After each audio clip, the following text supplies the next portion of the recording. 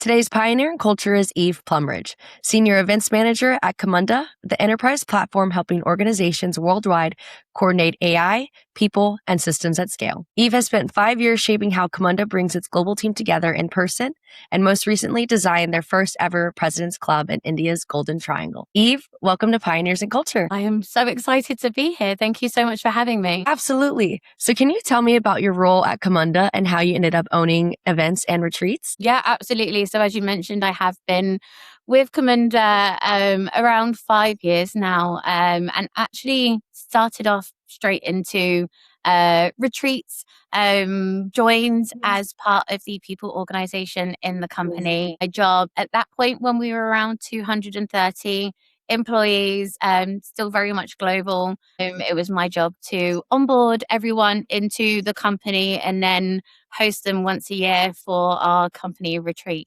as well. So yeah, that's how I started and have very much kind of continued on that way. My role has definitely kind of grown in that time, and we've now taken on company kickoffs. I also support our external events team with a plethora of events that we host externally to customers. And yeah, definitely kept busy with everything that we have going on both internally and externally. Yeah, absolutely. So you kind of initially started on just working internal events, and I kind of want to talk about your approach to bringing the team together. How has that kind of evolved at your 5 years at being at Camunda? Yeah, so as I mentioned, we're a global company. We are also actually fully remote. We've been remote first, even since the pandemic. So we've kind of always approached our working culture in that way. So the benefit of working remotely is that you're not restricted to finding quality candidates within a certain area. You can literally cherry pick them from around the world. And there's obviously a beauty in such a diverse working culture. But with remote working, we still manage to balance that out with knowing that in-person connectivity is one of the most important things that a company can invest in. And alongside, team meetups and other kind of smaller, more regionalized events, we do also now invest in our retreats, be it a conventional kind of retreat, or maybe more so now our company kickoffs that we host yearly as well. So yeah, a big investment for Camunda. And I think one of the beauties of ourselves, we've been around for around 14, nearly 15 years as a company, is the fact that we haven't lost sight in that investment as we've kind of grown into a much larger organization as well. I love that kind of getting in person, despite being globally distributed and remote, has always remained a priority this entire time. I think that's really, really awesome. There's nothing quite like being in person. Yeah, exactly. Yeah. And it's nice to have companies that know that and can, commit that investment to it. Yeah, 100%. So let's talk about your India trip. Can you set the scene? Where did you go? How many people? What was the format? Yeah. So we started, so this is actually our first ever President's Club that we've hosted, as you mentioned already. And so we were starting off slightly smaller than maybe some other President's Clubs out there. We had 4 hosts joining us. We had 12 winners, all with +1s, and then myself. So yeah, we were a nice sized group out there. And so we took ourselves to, as you mentioned again, India's Golden Triangle. And for those that don't know, the Golden Triangle that incorporates Delhi, Agra, where the Taj Mahal is. And then also Jaipur. So quite an incredible trio of locations in India, although I can confirm from my personal travels afterwards that pretty much every place in India is just as amazing as the next. So we had a 5-day incentive out there, 2 days arriving and departing, and then 3 days pretty much back to back full of adventure. Amazing. Okay, so I have to ask, this was your first ever President's Club. What were you and the company trying to achieve with it? So there's one thing that I think Camunda does really well. It's kind of holding quite a personal culture. It's one of the things that I love most about the company. It's definitely kind of one of those highlights alongside many other positives that kind of keep people at Camunda versus elsewhere. And, part of that, part of our kind of global reach and kind of maintaining that culture a lot of the time through the in-person connections that we kind of going throughout the years is that kind of sense of adventure that we have in the company. You know, we kind of like to go to places kind of slightly outside of the norm or maybe potentially ahead of the trend and kind of really push ourselves outside of that maybe more standard approach to corporate travel retreats and whatnot. And so, you know, we really wanted to do our first President's Club, but very much do it the Camunda way. So yeah, kind of pushing the boat out a little bit, pushing people's kind of experience towards the edge and level of comfort as well was kind of what we were really kind of looking to do and truly be able to deliver something that was an experience that was once in a lifetime, but also hopefully something that the majority of those people on the trip hadn't ever experienced before. So yeah. 100%. I love whenever you say the Camunda way and kind of that adventurous spirit. So, how did you land on India's Golden Triangle as a destination? So I utilized my network. Okay. I myself have never put on a President's Club before. So a lot of kind of starting on that journey with delivering that for Camunda was finding out what is a President's Club? How do other people do President's Clubs? You know, kind of what would you say is a standard President's Club? I definitely talked to a lot of our team internally that had been at companies beforehand and experienced them, you know, where did you go? What did you do? What were always your highlight location? Where would you like never to see again? And then kind of taking that and, you know, creating something out of that. You know, part of being in this industry is the fact that it's difficult not to create a network around yourselves and be surrounded by that knowledge base. You'd be silly not to utilize it. One, it's a great opportunity to connect with, you know, those in your network that you may not have the opportunity to talk to all the time. But yeah, it was a massive like resource that, you know, was amazing to be able to take advantage of and build out kind of what they'd done, what Camunda is like, you know, meant to feel like, and then find the middle in creating our first President's Club. And this is no easy task, right? And so, what was the moment during the trip where you could feel it was really working? Like your hard work had kind of paid off and you could really just relish in the moment and enjoy, you know, this first milestone for you and the team? Yeah, I love this question. Slightly cheating with my answer a little bit. It was actually at the end of the event. So it did happen. So we finished in Jaipur at this beautiful property, the Jai Mahal Palace out there. And a lot of the flights that everyone was taking were more so late afternoon, evening. So there was kind of a day to kill. Obviously, we gave everyone very much free reign of their day, but it was the fact that the group WhatsApp channel pinged and everyone was like, okay, what are you all doing for lunch? There's a restaurant on site, blah, blah, blah's booked a table. And we spent about 3 hours having like the longest group lunch together. And that was just the perfect kind of, I'm actually getting slight goosebumps kind of at it, but you know, for people with their partners or, you know, their plus ones, to have the opportunity to have free time and yet choose to spend that time with these people that they've made these amazing connections with throughout the couple of days beforehand. You know, myself and our CRO, who's, you know, the full event lead, kind of sat there next to each other like, I think we've done pretty well out the back of that with this. So yeah, it was a very proud moment for both of us. Yeah, that is really, really beautiful to picture. And I love that despite having, you know, the free will to do whatever, they're like, no, we don't want it to end yet. Let's spend like one last lunch together. That's amazing. And I think that kind of segues perfectly into the next question. What did you notice changed for your team after coming back? I think obviously where, you know, we are delivering this as Camunda's first President's Club. And I will say, you know, with the culture that we have at Camunda, a President's Club didn't necessarily feel like a very natural thing for us to be putting in place. And with that pre-President's Club, obviously it's an incredible incentive event. It's the main word. You want to incentivize these people to be staying at your company. You want to incentivize them to work harder to make this, you know, to make this club, to get that recognition out the back of it. And it's difficult beforehand not having that probably like buy-in from the people in the company.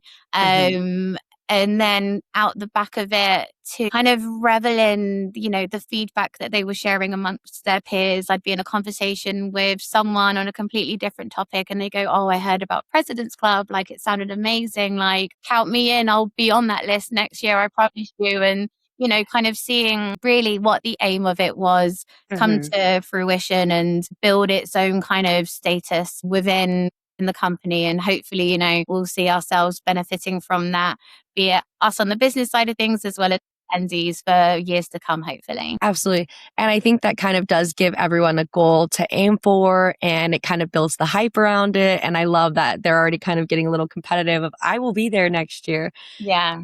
Yeah.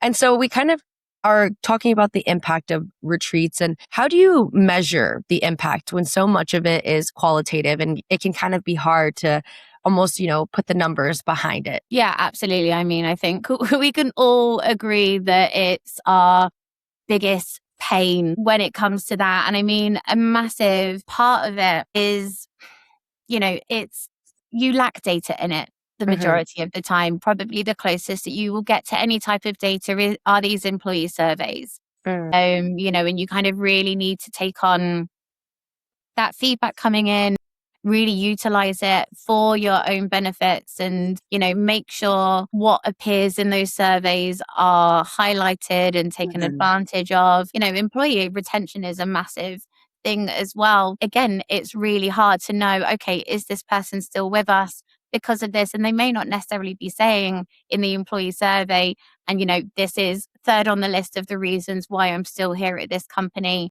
One thing I really like to do is to hold my leadership accountable. So, when we're kicking off an event, really the first question is always going to be, what are your goals out the back of it? Like, for you, what is going to be a successful event? Then you can kind of take that away, hopefully measure against it out the back. But then also you need to hold leadership accountable again and kind of remind them, remember, this is, what we said would be a success in the beginning, because sometimes, they get so caught up in an event and they see the budget that they're spending and then they struggle to see that data point at the end of it. You kind of need to remind them, we can't necessarily do exact data points, but let's read into this. And this is exactly kind of what you wanted to see in the beginning. And we've all been able to kind of deliver that at the end. And yeah, it's a difficult thing to kind of work with. And, having that kind of relationship and that buy-in from leadership is definitely like one of the best tools to utilize with that. Yes, I love the points of holding them accountable and kind of reminding them, hey, this was the goals that we started with and this is what we're measuring against. And so when you are making the case to leadership that investing in retreats and incentive trips are worth it, what does that conversation kind of look like? A difficult one. I think it's so individual dependent. When it comes to leadership, and it's also time dependent. It could be that a certain leader has a goal set for themselves and a target and OKRs for a year or a quarter or something like that. And, in events doesn't necessarily feed into that or into their top priorities in that way. And so, I think it's really important to invest in having a great vision across the company. I love to have essentially like insight into every single department within the company, because that's always going to feed into the bigger picture across the board. And, having your finger on the pulse so that you have the ability to curate your kind of conversation and, your piece to each leadership member and make it individual to them and make it speak to them, I think is, one of the most important things. And again, building a relationship with them, obviously, every individual is so different. And it's difficult sometimes to get that time buy-in from people. But when you can get it and you can have a moment where you make something click for someone, then you're golden with it. So yeah. You make a good point of like setting goals individually per like department. So, a president's club and talking to your chief revenue officer might look different than, say, maybe you're talking to your chief operations and doing like a company-wide retreat, right? Like those conversations will look different, and the goals and what you're measuring against would be a different story. Absolutely. And I also think it's quite important not to silo those departments either. I think you can sometimes, by making a point about one department, talking about how that benefits another department or how it benefits, departments together when you're talking about like GTM functions and stuff like that, it all does feed into each other in the end. So it's small picture, biggest Yeah. picture type thing. And making sure that everyone can see each picture. Yeah, exactly. Yeah, that's awesome. So I know we've talked about it before, but you kind of woven giving back into your retreats. So I would love to know, how do you think about CSR, corporate social responsibility, as part of your in-person experiences that you build over at Camunda? Yeah, absolutely. I think there's a massive kind of two-pronged approach to it, probably a third or fourth prong in there as well. When I started with the company, it was really important to see Camunda investing in giving back to countries and locations that we were getting so much from ourselves. We're flying however many people, be it, 230 our smaller retreats in the beginning, up to 500 plus now, to this one location around the world. And be it a company retreat or a company kickoff, we're putting ourselves in this location for a good amount of time and benefiting from it and kind of utilizing it. And a massive part of that was making sure that we were giving back and kind of saying thank you. And obviously, being able to do that through a CSR initiative kind of has impacts that benefits everyone. There's the opportunity to support, we always focused on like really local charities. So the city or the town that we were in, it was really where we focused our efforts. So giving back to them, but then also at the same time, there's the benefit where we're educating our own team, more so, be it what that charitable cause may be about, but also just the bigger picture. Also, there's massive kind of cultural learnings that our team get to take from it as well. And, as much as our agenda could be full of, back-to-back business content, I personally always make it my goal to make sure that our team is experiencing the culture where we are. And we've been blessed with really investing and being enabled by our leadership team to invest some time in some really incredible initiatives throughout the last couple of years. So yeah, it's been great to deliver on that. Yeah, I think that's really, really beautiful. And I would love to know, can you give me an example of, one of the CSR initiatives that you've done at Camunda? Yeah, absolutely. So we were in the Dominican Republic in 2024 for our company retreat. And it's an interesting one for us. We took the team there. So for the Dominican Republic, it's not necessarily as much of a traveled destination from European countries as it may be from North America. And unfortunately, countries and locations are often kind of cursed with this bad rep. The power, unfortunately, of a very strong headline can stick with a location for a long time.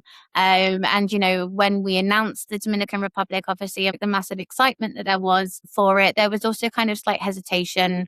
There had been headlines as to the safety of those in the queer community out there. And obviously for us, kind of hearing that from our team was, really important to kind of take that feedback and that voice that obviously, they probably stepped outside of their comfort zone to share with us, kind of take that into account.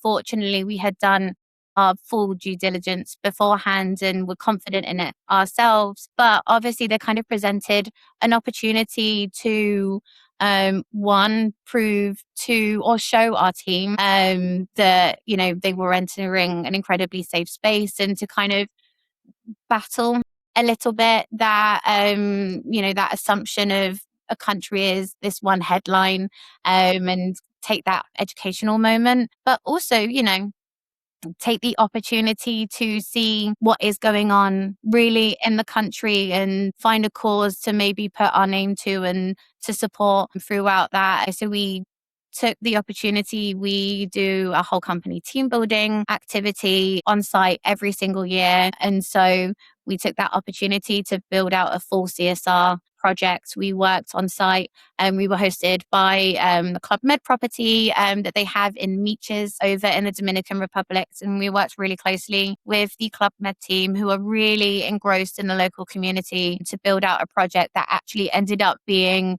us supporting 4 different organizations within the Dominican. So we worked with this amazing LGBTQ plus charity based down in Santo Domingo, and worked with them. We actually flew out in advance and spent a full day traveling down and kind of working with them to kind of gain their trust and confidence that, we're not just kind of a company that's there to take advantage and put a charitable cause as like a headline or to tick a box or anything like that, but to prove that, there was genuine interest in our side and to understanding who they were, what they were doing, what their struggles were, and how it was that we could help them.